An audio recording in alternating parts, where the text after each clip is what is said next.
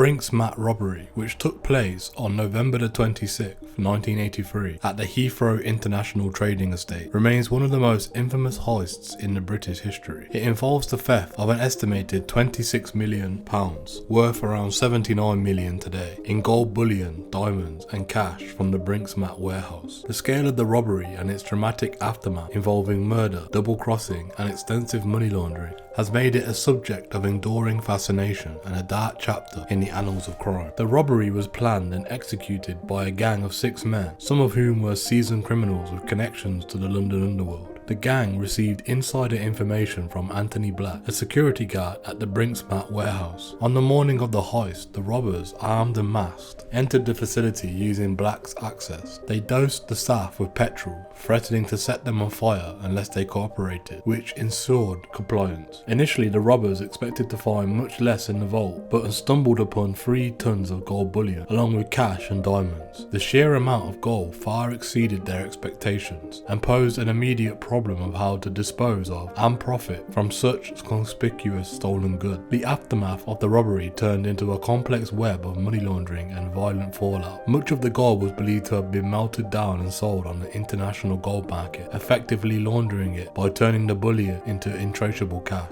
John Palmer, a notorious gold dealer, was implicated in the smelting and distribution of the gold, although he was later acquitted of all charges related to the Brinks Mat heist. The substantial proceeds from the crime funded an escalation in criminal activities and lifestyle spending amongst various interconnected members of London's criminal underworld. However, the vast wealth also led to intense police scrutiny and infighting amongst criminals over the division of the spoils. Several of those involved were murdered in disputes over the loot, and others turned informer. All were caught by the police. The investigation into the Brinks Mat robbery led to a number of convictions. Mickey McAvoy, one of the ringleaders, was sentenced to 25 years in prison, and others associated with the heist were also incarcerated. However, the majority of the gold was never recovered, and many involved in its laundering remained unprosecuted due to the complexity of tracking down the dispersed assets. Over the years, the Brinks Mat robbery has entered British criminal law as a story of greed, betrayal, and the dark side of the gold trade. It has been subject to numerous documentaries, books, and investigations, each delving into different aspects of the crime and its wider implications on criminal operations in the UK. The robbery not only exposed vulnerabilities in security practices at the time, but it also underscored the challenges law enforcement faces in tackling organised crime and financial laundering on a global scale.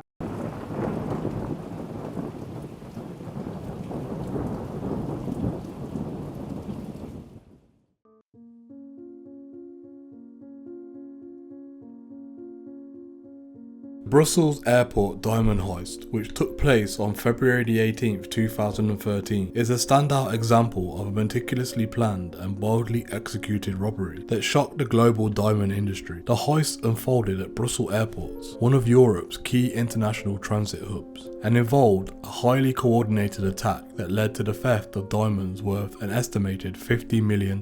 This operation showcased not only the audacity of the robbers, but also exposed significant security vulnerabilities at major transportation centres. On the evening of the heist, 8 men dressed in police uniforms and armed with automatic weapons drove 2 black vehicles with blue police-style flashing lights into a highly secure area of the airport. Their target was a swift-bound Helvetic Airways Fokker 100 aircraft that was being loaded with diamonds from Antwerp World Diamond Centre. These diamonds were being transported in the cargo hold and were destined for Zurich. The robbers' vehicles breached the airport perimeter through the hole that they had cut in the security fence. They drove straight to the aircraft, timing their arrival to coincide with the loading of the diamond ship, displaying a chilling level of professionalism and precision. The thieves held the pilots, the crew, and the transport security personnel at gunpoint, forcing them to the ground. They quickly opened the cargo hold, removed approximately 120 parcels, and loaded them into their vehicle. The entire operation took remarkably little time, just under 5 minutes, highlighting the robbers' meticulous planning and execution. After securing the diamonds, the thieves made a swift escape through the same hole in the perimeter fence, leaving behind no casualties and minimal clues. Their vehicles were later found burnt in a nearby village, an apparent attempt to destroy any evidence that could link them to the crime. The audacity and precision of the heist led to immediate comparisons with scenes from Hollywood heist movies. The robbers' ability to execute such a plan without firing a single shot and in such short amount of time underscored the vulnerabilities in airport security systems, particularly those involving valuable cargo. In the aftermath of the heist, Belgian police conducted an extensive investigation that led to multiple arrests across several countries. In May 2013, over 30 individuals were detained in Belgium, France and Switzerland. Despite these arrests, only a small portion of stolen diamond covered. The majority of the loot remains unaccounted for, and several suspects were later released due to insufficient evidence. The Brussels airport diamond heist remains one of the most significant robberies in recent history due to the value of the goods stolen and the flawlessness of the execution. It serves as a stark reminder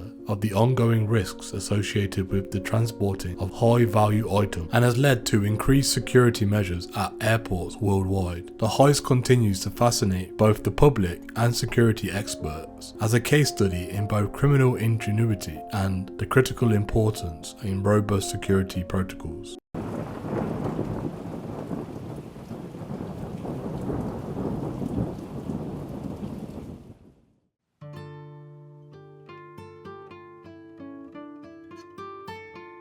Dresden Green Vault heist, which occurred on November 25th, 2019, stands as one of the most significant art thefts of the 21st century. This meticulously planned and audaciously executed theft targeted the Green Vault, one of the oldest museums in Europe, located in Dresden Castle in Dresden, Germany. The museum is renowned for its collection of treasures, which includes a vast array of precious artifacts dating back to the 18th century. The heist began in the early hours of the morning when the thieves initiated a distraction by setting fire to a nearby electrical junction box, causing a power outage that affected the streetlights and the museum's alarm system. With the security measures weakened, the thieves used an axe to break through the window, gaining entry into the museum with minimal resistance due to the outage. Once inside, the thieves headed straight for the jewel room, which housed some of the museum's most valuable pieces. In a matter of minutes, they smashed the display cases and grabbed whatever they could, focusing particularly on 3 specific sets of 18th century jewelry, including brilliant cut diamonds and other precious stones. The stolen items included a sword with a hilt encrusted with 9 large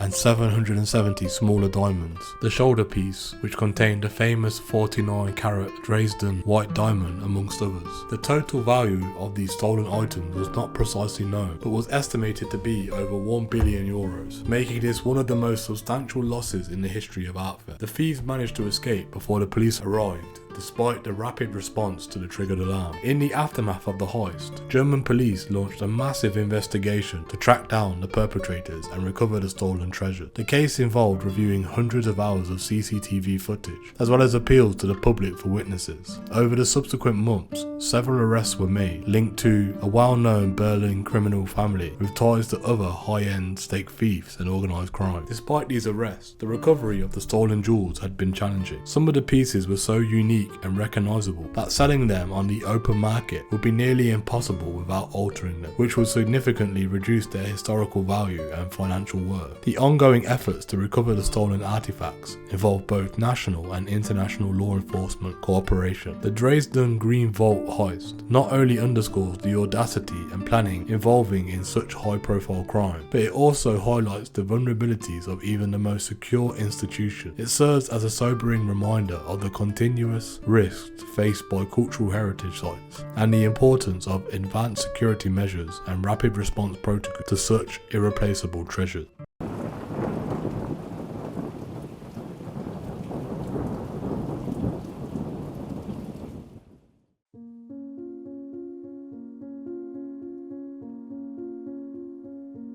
Ganji Badavad, one of the most fabled treasures in Persian history, is steeped in legend and shrouded in mystery. Said to be one of the 8 treasures of Khosrow II, the last great king of the Sasanian Empire. It embodies the grandeur and opulence of a bygone era. Khosrow II, also known as Khosrow Parviz, reigned from 590 to 628 AD and presided over a period of significant territorial expansion and cultural flourishing. His reign, however, also marked the twilight of the Sasanian dynasty, as it came to an abrupt end during the Islamic conquest of Persia. Ganji Badavad, translated as Treasure of Gifts, is believed to be a vast collection of riches, including gold, silver, precious jewels, and priceless artifacts. These treasures were accumulated through various means: tributes from vassal states, spoils of war, and immense wealth generated by the prosperous Sasanian economy. The treasure reportedly included items of immense historical and cultural value, such as exquisite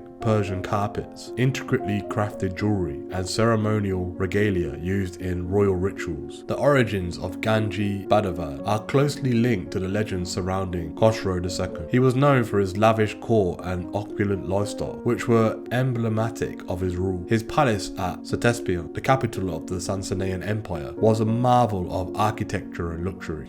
According to historical accounts, the palace was adorned with gold, silver, and precious stones, and its walls were covered with magnificent frescoes depicting scenes of royal hunts and banquets. The most famous of the treasures within Ganji Badavad was the Throne of Solomon, a legendary artifact said to be adorned with precious gems and unparalleled in its splendor. This throne symbolized the divine right of the king to rule and was considered a testament to the glory and power of the Sasanian Empire. Other notable items were the Carpet of Spring, an enormous rug woven with silk, gold, and precious stone, depicting a garden in full bloom. This carpet was a representation of paradise on earth and served as a reminder of the king's divine favor and prosperity of his reign. The fate of Ganji Badavad became uncertain following the fall of the Sasanian Empire. In 636 AD, the Sasanian forces were divisively defeated by the Rashidian Caliphate at the Battle of Al-Qadisiyah. This battle marked the beginning of the ends for the Sasanian Empire, leading to the capture of Ctesiphon and the subsequent looting of its treasures. Historical records suggest that the bulk of the Sasanian wealth, including Ganji Badavad, was taken by the victorious Arab forces. Despite the fall of Sufisyon, the legend of Ganji Badavad endured. Some accounts suggest that parts of the treasure were hidden by local Sasanian courtiers to prevent them from falling into enemy hands. These treasures were said to be scattered across the former empire, buried in secret locations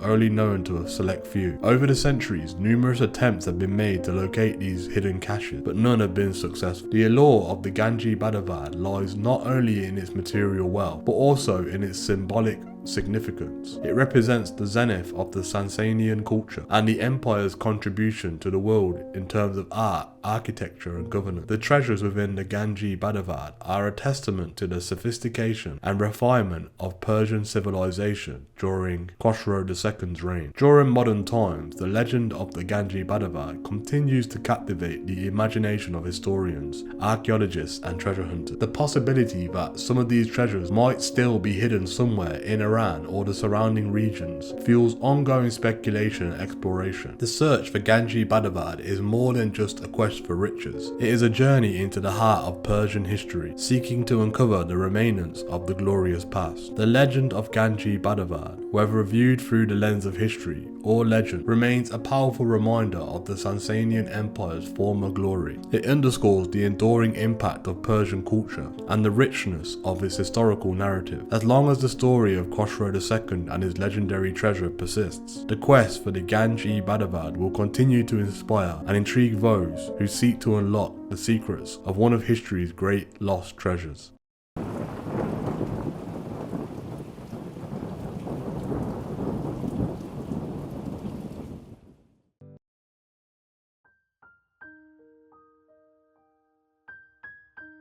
The Graff Diamonds robbery, which occurred on August 6, 2009, is one of the most audacious jewellery heists in the UK history. Thieves made off with jewellery worth nearly £40 million, around $65 million at the time, from the prestigious Graff Diamond store on New Bond Street in London. The heist was meticulously planned and executed, involving a combination of precise timing and violent threat, although no one was physically harmed. The robbers, two men, entered the stores, posing as customers. They were well dressed and initially appeared as legitimate clients. The men used professional makeup and latex prosthetics to alter their appearances, thus evading immediate recognition and later identification by witnesses and security footage. Once inside, they pulled out handguns, threatened the staff, and efficiently started collecting the jewels, including rings, bracelets, and necklaces adorned with diamonds. The robbers' approach was calculated. They specifically targeted high-value items that they seemed to know in advance would be available. Within minutes, they had filled their bags with over 40 pieces of jewelry, some containing diamonds that were over 3 carats each. The audacity and speed of the operation allowed them to leave before law enforcement could respond to the scene.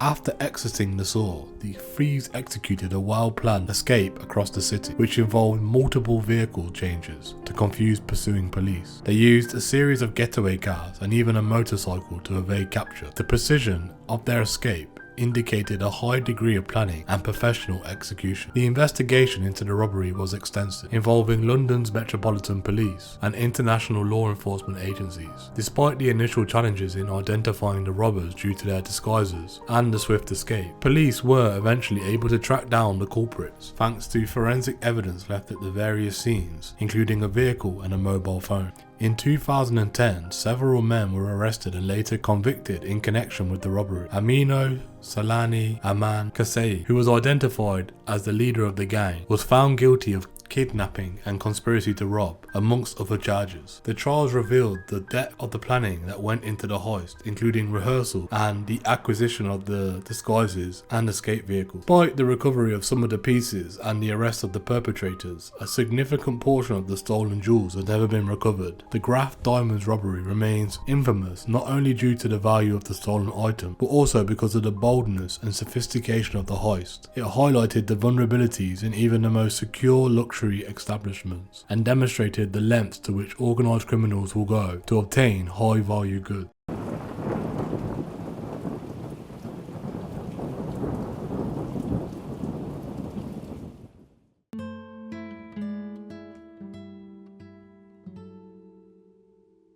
The Great Bell of Damarsadi is one of the most famous lost treasures in the history of Southwest Asia, imbued with both cultural significance and legendary mystery. Cast in 1484 by order of King Damarsadi of Mon Kingdom of Hanfawadi in what is now modern-day Myanmar, this bell is believed to be the largest bell ever made during its time, a symbol of the king's piety and dedication to Buddhism. King Damarsadi, originally a monk before ascending to the throne, was a ruler noted for his scholarly pursuits and devout religious faith. Under his reign, the kingdom experienced a period of peace and prosperity, and Buddhism flourished. In a grand gesture of devotion, Damarsadi decided to donate a massive bell to the Srudagon Padoga in Yangon, the most sacred Buddhist site in Myanmar. The bell was cast from an alloy of gold, silver and copper, and it is said that the precious metals, including gold and silver donated by the people, were added to the bronze to create the bell, totaling around 300 tons in weight. The Damarsadi bell was suspended within the Shwedadong Padoga complex, where it was used in various religious ceremonies, resonating with deep, sonorous tones that echoed the Buddhist chants and prayers. The bell's fate took a dramatic turn in 1608 when the Portuguese adventurer and mercenary Felipe de Brinto Ennicote, who had declared himself the ruler of Syrian, present-day Fanlin near Yangon, decided to take the bell from Padoga. His intention was to melt it down and make cannons for defense for his fort at Syrian. The removal of such a sacred object was met with outrage and despair by the local population, but De Brito proceeded with his plan, regardless of the sacrilegious implications. The bell was removed and transported towards Bago River to be taken by raft to Syria. However, the raft reportedly sank at the confluence of the Bago and Yangon rivers under the immense weight of the bell. According to local legend, the bell was cursed by the monks to protect it from being melted down, and its sinking was seen as a divine act to preserve its sanctity. Since its disappearance beneath the waters, the Great Bell of Damarsadi has become the stuff of legend, akin to the Holy Grail for underwater archaeologists and treasure hunters. Numerous attempts have been made to locate and raise the bell,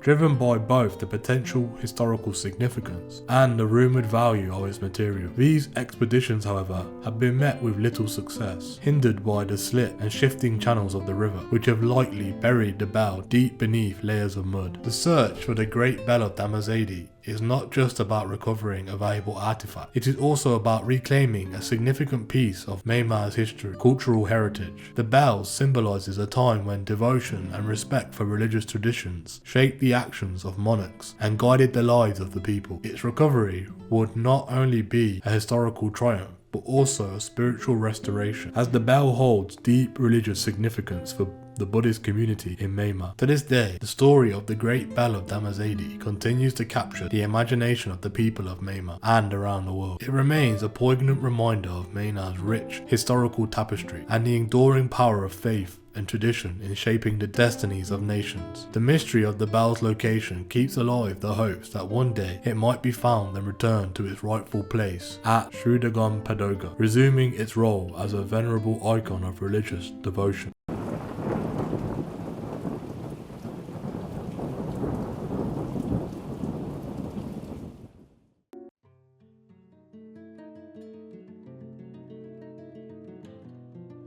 The Hatton Garden safe deposit burglary, which took place over Easter weekend in April 2015, is one of the most audacious thefts in British history. This heist, executed by a group of elderly men who were experienced thieves, targeted the Hatton Garden Safe Deposit Company in London's Diamond District. This burglary was remarkable not only for the age of the criminals involved, but also for the old school methods they employed to bypass modern security systems. The heist began on the evening of April 2nd, 2015, when the thieves, equipped with a range of heavy duty tools, gained entry to the building through a side door. Once inside, they disabled the elevator and descended down the elevator shaft to the basement where the safe deposit was located. The vault itself was protected by a thick metal door. The gang used high powered drills to bore holes into the concrete wall surrounding the vault door. Over the course of the weekend, the thieves drilled 3 holes into the wall, each about 25 centimeters in depth, which allowed them to insert a special tool to disengage the vault's locking mechanism. This painstaking process required both precision and patience, qualities that the gang, despite their advanced ages, possessed in abundance. The methodological nature of their work allowed them to avoid triggering the sophisticated alarm system that protected the vault. Once inside the vault, the thieves had access to the contents of 72 safety deposit boxes, which contained a vast array of jewellery, precious stones and cash. The total value of the stolen goods was initially estimated to be 14 million, but subsequent evaluations suggest the figure could be much higher, given the nature of the items stored in the boxes. The burglary was discovered on the morning of April 7th, when staff returned from the holiday weekend. The scene inside the vault was chaotic, with numerous boxes pried open and their contents removed. The police investigation quickly uncovered significant evidence, including surveillance footage that captured the thieves entering and exiting the building. In the ensuing months, the police made a series of arrests, and the culprits, most of whom were seasoned criminals in their 60s and 70s, were brought to trial. The ringleaders received prison sentences, and the case garnered substantial media attention due to the advanced age of the criminals and the old-fashioned methods they used. The story of the Hatton Garden heist has since been dramatised in several films and documentaries, each highlighting the audacity and unexpected nature of the burglary. Despite the recovery of some stolen items and the conviction of the burglars, a significant portion of the loot remains unaccounted for. The Hatton Garden safe deposit burglary remains a remarkable event in the annals of crime, demonstrating that old school skills can sometimes match and even outwit modern security technologies.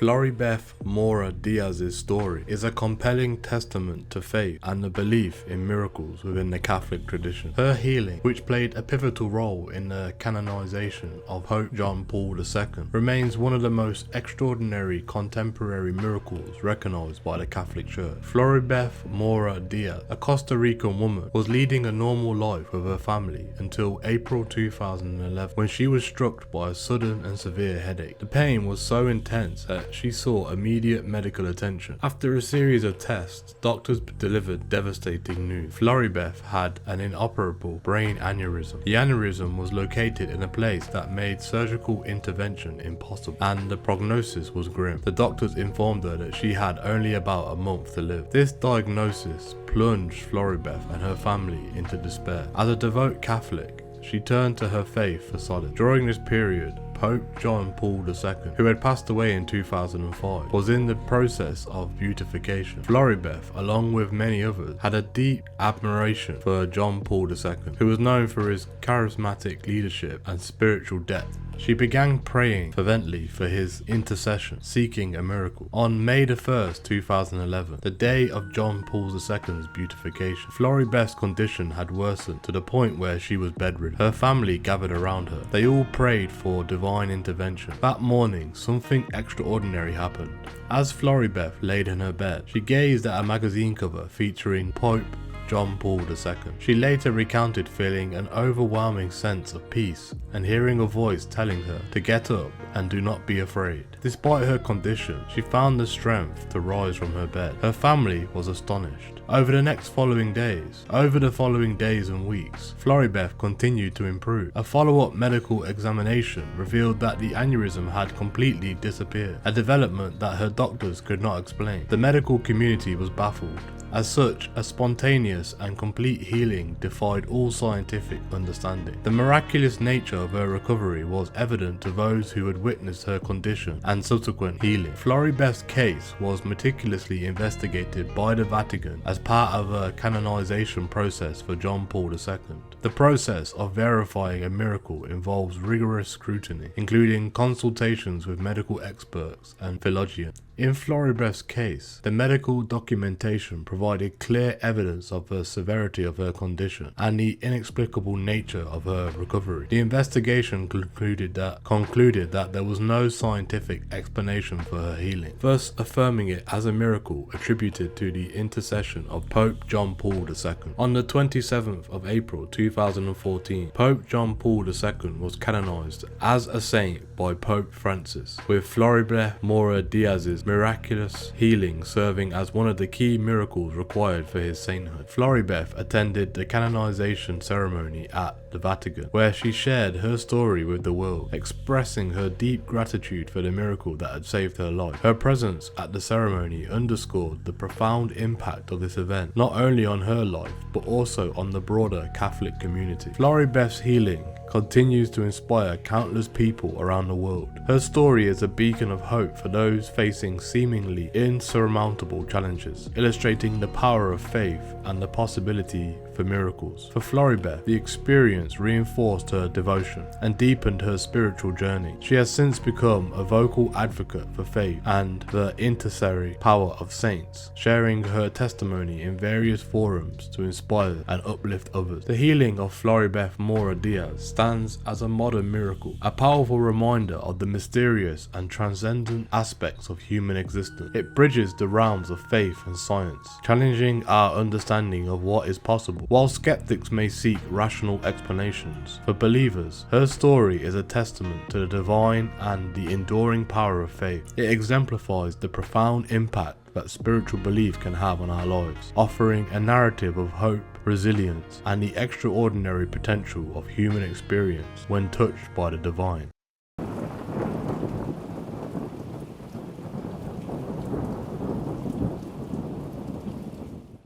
Humanity.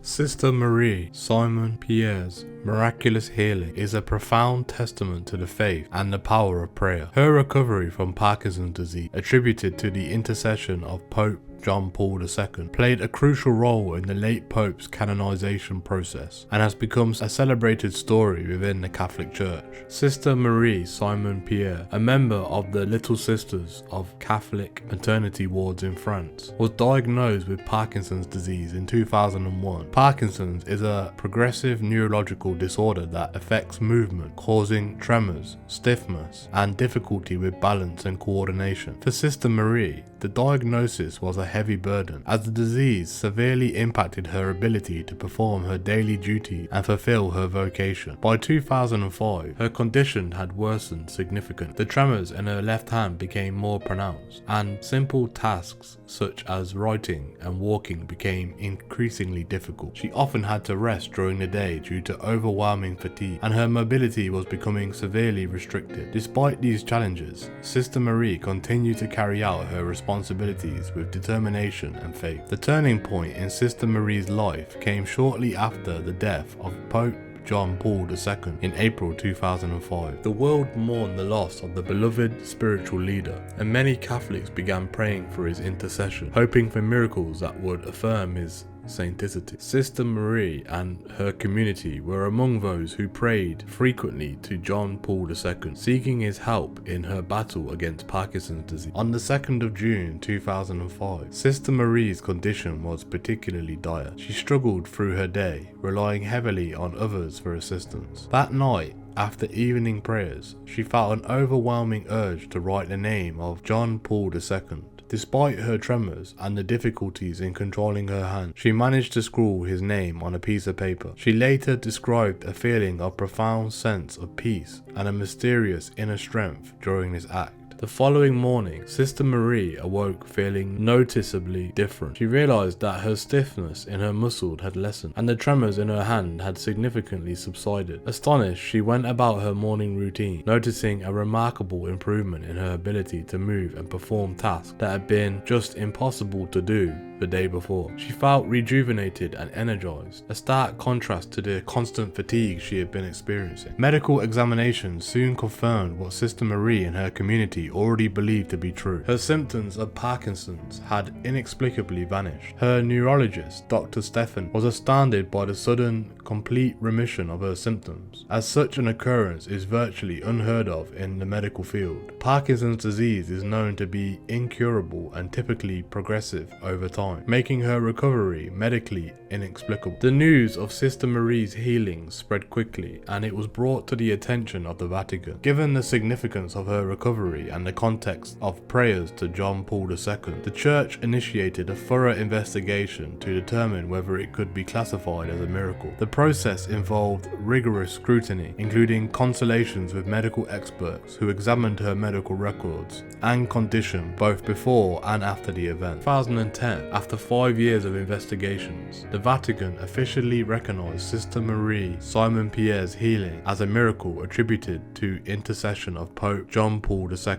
This recognition was pivotal in the process of beatification, which is a crucial step towards sainthood. The Church acknowledged there was no scientific explanation for her sudden recovery, reinforcing the belief that it was a divine intervention. Sister Marie's story is not only contributed to the beatification of John Paul II, but also his eventual canonization as a saint in 2014. Her healing stands as a powerful example of the potential for miraculous events in the context of faith and prayer. For many, it serves as a reminder of the profound impact that spiritual intercession can have on human lives, offering hope and inspiration for those facing seemingly unsurmountable challenges. Since her healing, Sister Marie Pierre has continued to serve her community, sharing her testimony and her incredible journey that she experienced. Her story resonates deeply within the Catholic faith, illustrating the enduring legacy of Pope John Paul II and the mysterious and miraculous ways in which faith can manifest the world.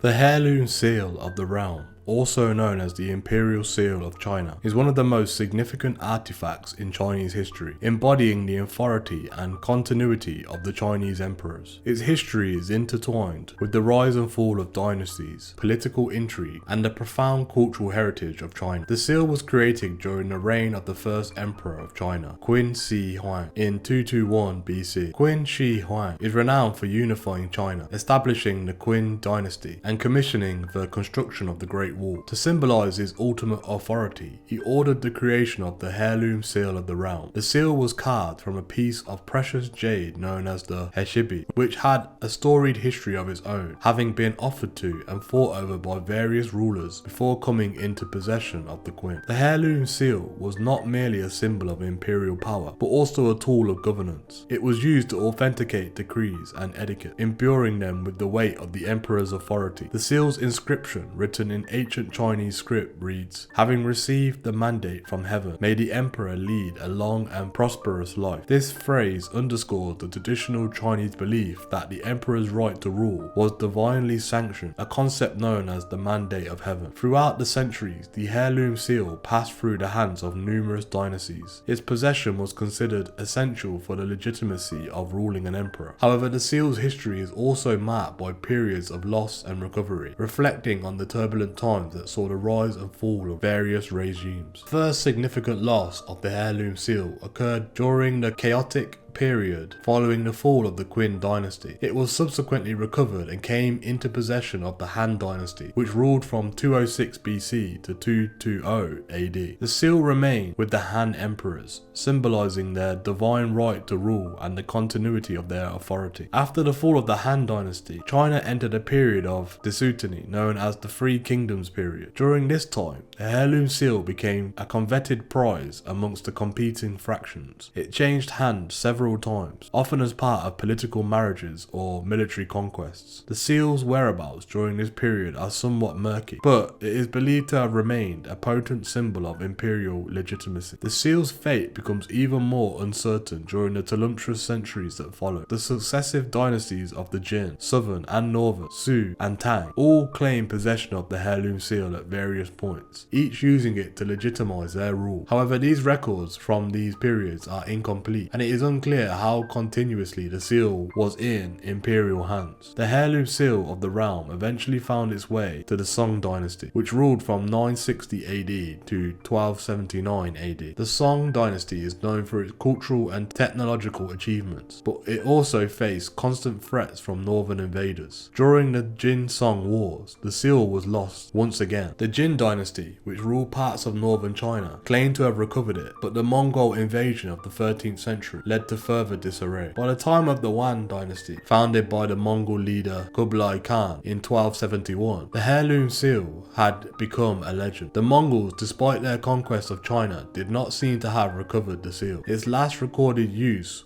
was during the Northern Song dynasty, and its fate thereafter remains a mystery. The loss of the heirloom seal of the realm symbolizes the end of an era. It was not just a jade artifact, but a profound cultural symbol representing the continuity and divine right of China's emperors. Its disappearance marks the passing of a tangible link to the ancient past, a relic that once legitimized the rule of emperors who shaped the course of Chinese history. Today, the legend of the heirloom seal continues to captivate historians and treasure hunters alike. Its story is a poignant reminder of the fragility of human endeavors and the enduring allure of lost treasures. The seal's creation is used by successive dynasties, and its ultimate disappearance escalates the rise and fall of one of the world's most oldest and enduring civilizations.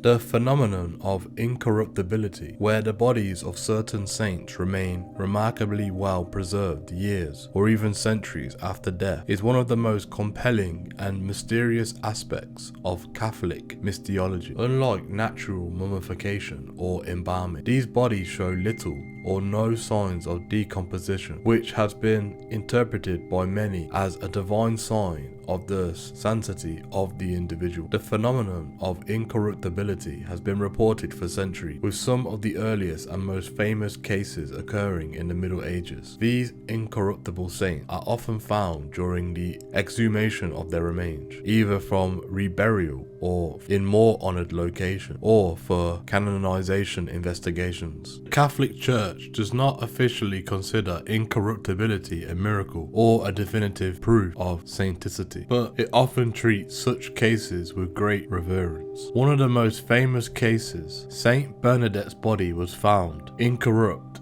decades after her death, when it was exhumed during a canonization process. Her body is displayed in a glass coffin in the convent of Nevers, France, and appears as though she were merely sleeping. Known as the Cure d'Ars, Saint John Vianney's body was found incorrupt several years after his death. His preserved body is enshrined in the Basilica of the Airs in France, attracting numerous pilgrims. Saint Catherine's body was found incorrupt when exhumed 18 days after her death. It remains on display in the chapel of the Poor Clares in Bologna, Italy, seated upright in a glass case. The body of Saint Clare, a follower of Saint Francis of Assisi and founder of Poor Clares, was found incorrupt in 1850, nearly 600 years after her death. The relics are preserved in the Basilica of Saint Clare in Assisi, Italy. Known for his work with the poor, the body of Saint Vincent de Paul was found incorrupt upon exhumation. His remains are displayed in a glass reliquary in the chapel of the Vincentian Mother House in Paris. Scientific investigations into incorruptibility have yielded intriguing but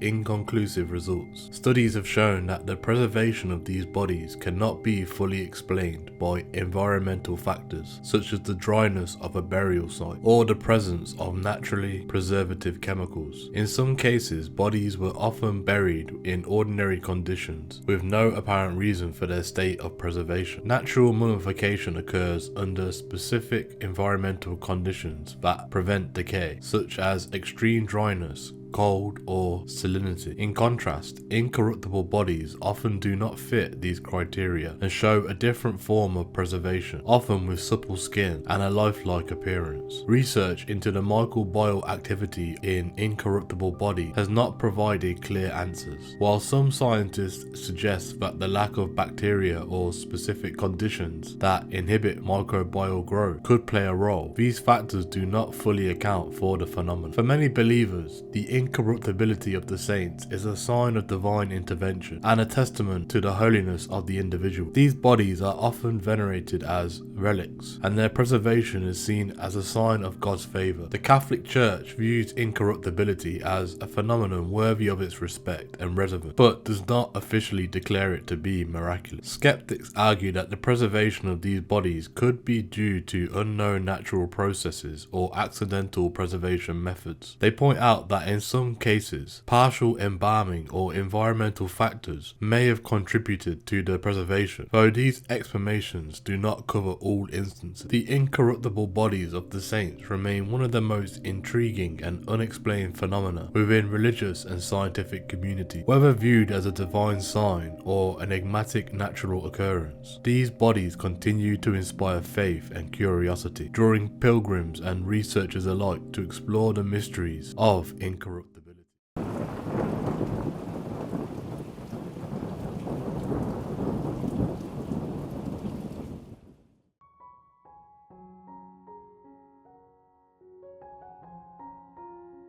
The Loch Archive treasure, also known as the Jacobite gold, is a significant piece of Scottish history intertwined with Jacobite uprisings of the 18th century. This treasure, a large sum of gold coins, was sent from France to aid the Jacobite cause, but mysteriously disappeared, leading to centuries of speculation, treasure hunts and folklore. In 1745, Charles Edward Stuart, known as Bonnie Prince Charlie, landed in Scotland to reclaim the British throne for his father, James Francis Edward Stuart, from the Hanoverian King George II. This marked the beginning of the Jacobite risings of 1745, a significant and ultimately unsuccessful attempt to restore the Stuart line to the British throne. To support this effort, the French King Louis XV, whose own claim to the throne was linked by bloodline to the Stuarts, sent a shipment of gold coins to Scotland. The gold was intended to pay for troops, supplies and general support of the Jacobite army. In April 1746, the treasure was landed at the Loch Archig, a remote loch in the Scottish Highlands. The treasure reportedly amounted to about £5,000 at the time, a substantial sum which today would be worth several £1,000,000. The exact fate of the Loch Archig treasure remains shrouded in mystery. After the decisive defeat of the Jacobite forces at the Battle of Culloden in April 1746, the movement's leaders were scattered and the organisational structure of the rebellion collapsed. The treasure, hidden somewhere near Loch Archig, became a subject of contention amongst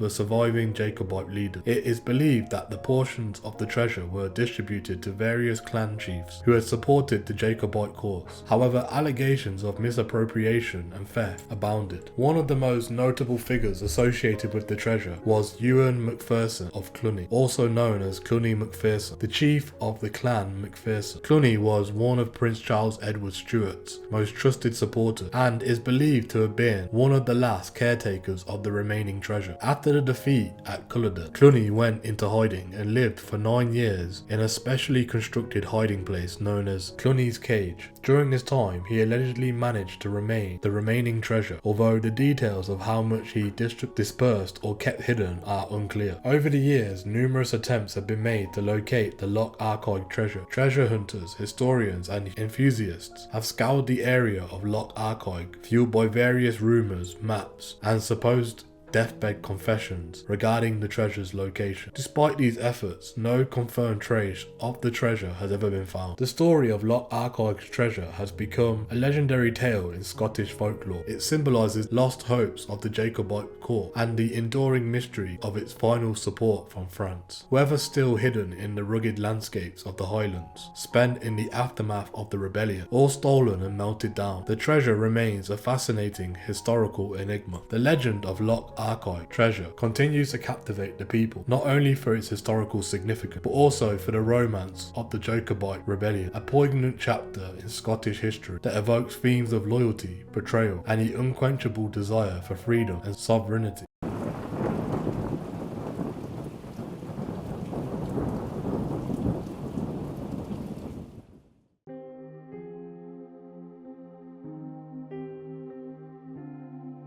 The saga of the Confederate gold is a captivating chapter from the American Civil War, filled with tales of lost treasures that continue to elude historians and treasure hunters to this day. As the Confederacy teetered on the brink of collapse in 1865, large quantities of gold and silver that had been amassed to support the war effort began to disappear under mysterious circumstances, sparking legends that had persisted for over a century. During the Civil War, the Confederate States amassed significant funds to finance their armies and government operations. These funds were derived from various sources, including the cotton trade, taxes, and donations from supporters. The Confederacy also obtained gold and silver through more direct means, such as seizing assets from Union territories and melting down precious metals into ingots. As the Union forces gained ground, and it became clear that the Confederacy was likely to fall, the challenge of what to do with these assets grew increasingly urgent. The most infamous story of the lost Confederate treasure involves a series of shipments intended to help sustain the faltering Confederate government. In the chaotic final days of the Confederacy, as Union troops closed in on Richmond, Virginia, Confederate President Jefferson Davis and his government fled the capital with multiple wagon trains. Among these was a treasury wagon carrying gold and silver bullion, minted coins, and jewelry collected from banks and treasures across the South. The fate of this treasure after the fall of Richmond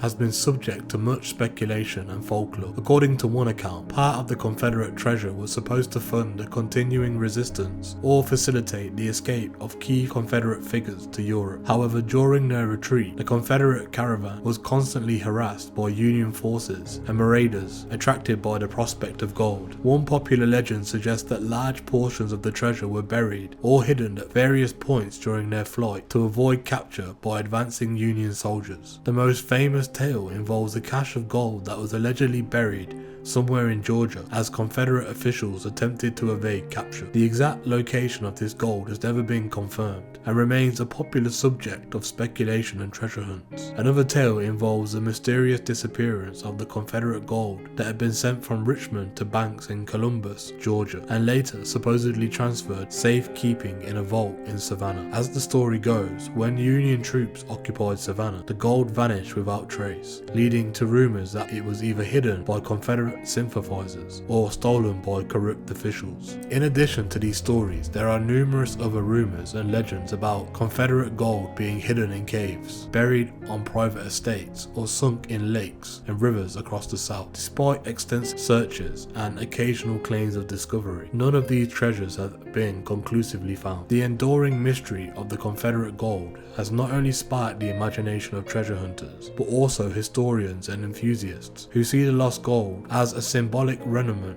of the Confederate cause. For many, the gold represents the last remnants of the defeated government and the lost cause, shrouded in the romanticism and tragedy of the Civil War. Today, the search for the Confederate gold continues to be a topic of interest, featuring in books, documentaries, and television shows. While the true fate of the Confederate treasures may never be known, the legends surrounding them serve as a fascinating footnote to the history of the American Civil War, embodying the desperation, chaos, and hope that defined the Confederacy's final days. Whether the gold still lies hidden or was long ago recovered and melted down, its legend continues to be a tantalizing mystery, offering a tantalizing glimpse into one of the most tumultuous periods of American history.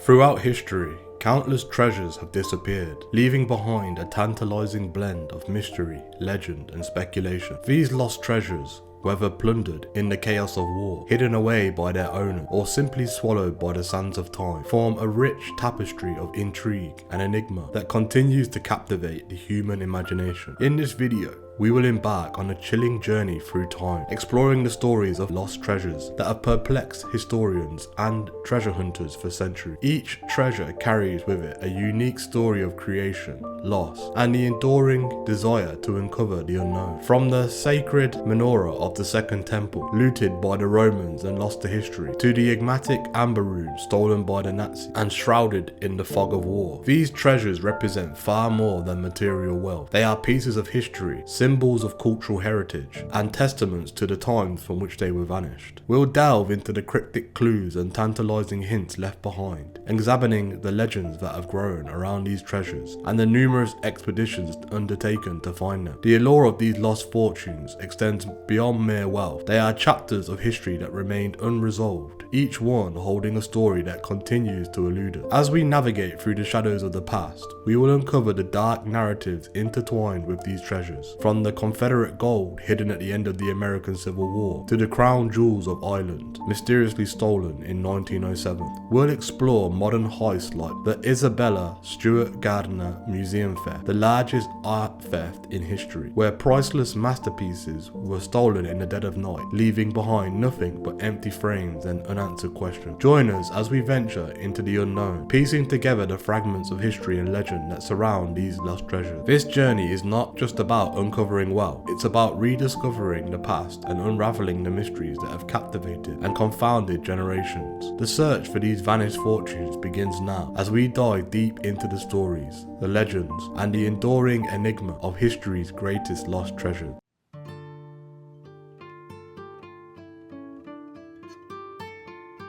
The menorah from the Second Temple stands as one of the most significant and enigmatic artifacts from ancient Jewish history. This sacred candelabrum, originally housed in the Second Temple of Jerusalem, has transcended its religious function to become a powerful symbol of the Jewish identity and endurance. Crafted according to divine specifications detailed in the Hebrew Bible, the menorah was a 7-branched candelabrum made of pure gold. It was not merely a religious artifact, but a central piece in the liturgical practices of the temple. Each branch of the menorah was meticulously designed, adorned with cups, knobs and flowers, echoing the imagery of a stylized almond tree. The menorah was intended to be lit daily, a perpetual symbol of divine presence and guidance. The historical journey of the menorah from the Second Temple is as dramatic as its design is intricate. The Second Temple, rebuilt after the Babylonian exile and subsequently expanded by Herod the Great, was the spiritual and cultural heart of Jewish life until its destruction. In 70 AD, Roman forces led by Titus captured Jerusalem and razed the Second Temple, a devastating blow to the Jewish people. During the sacking of the temple,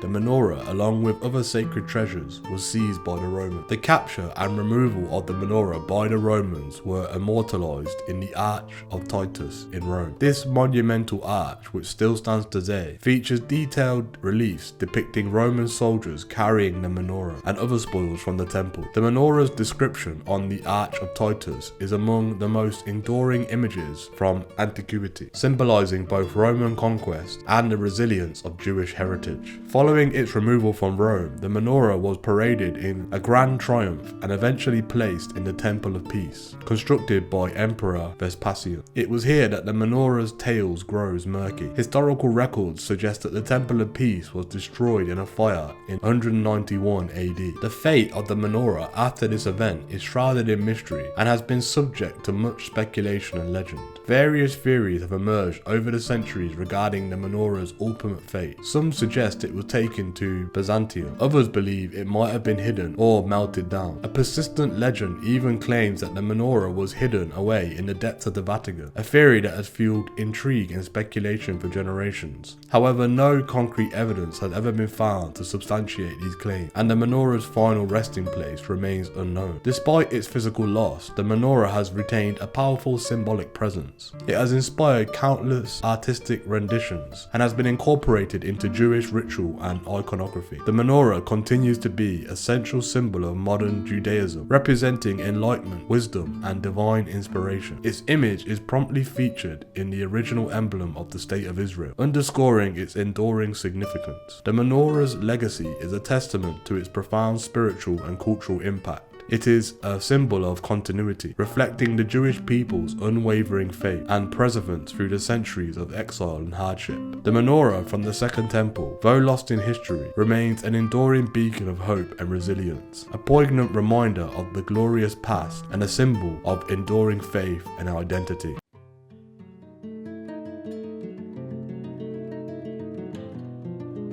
Alaric's treasure is one of the most enduring mysteries from the twilight of the Roman Empire. The story begins in 410 AD, a time of great upheaval in the Western Roman Empire. Alaric I, the king of the Visigoths, had already made his mark on history by sacking Rome, an event that shook the very foundations of the ancient world. The Visigoths, a Germanic tribe that had been both adversaries and foederati, allied mercenaries of Rome, had grown increasingly disillusioned with the empire. Alaric, once a Roman military commander, turned against his former employees after being denied land and recognition for his people. After the sack of Rome, the Visigoths fled southward through Italy. They carried with them a vast amount of plunder, including gold, silver, and priceless artifacts taken from the Eternal City. Alaric's sudden death in the autumn of 410 added a new layer of mystery to the tale. The exact location of his death is unknown, but the historical accounts suggest it was in Calabria, near the modern city of Cosenza. According to legend, Alaric was buried along with his treasure in a secret grave, designed to keep it hidden from the world forever. The method of Alaric's burial is both ingenious and daunting. It is said that the Visigoths diverted the course of Bacento River to create a dry riverbed. Alaric's body, along with his treasure, was interred in a tomb constructed in the riverbed. Once the tomb was sealed, the river was allowed to return to its natural course, effectively burying the king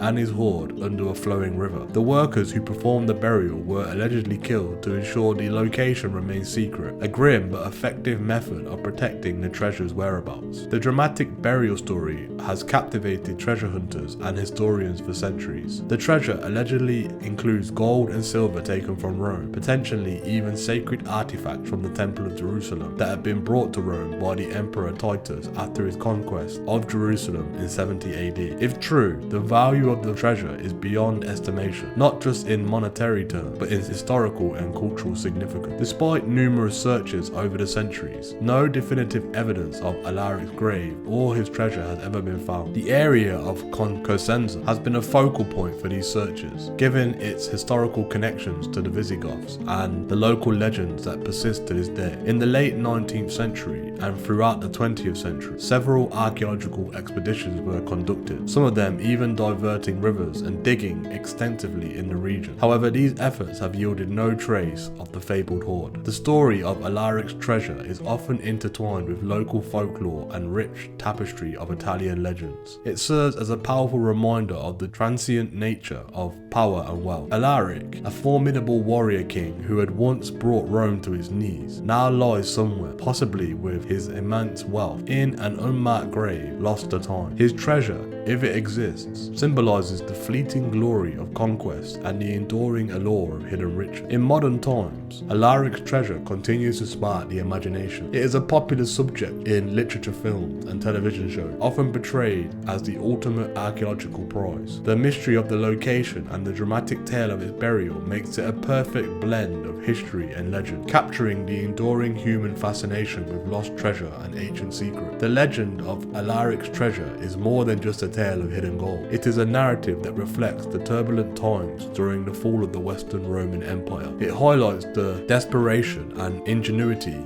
of a displaced people, the impermanence of power, and the lengths to which individuals will go to protect what they hold dear. Whether the treasure will ever be found remains an open question, but its legend continues to grow, ensuring that Alaric's name and his mysterious hoard will be remembered for generations to come.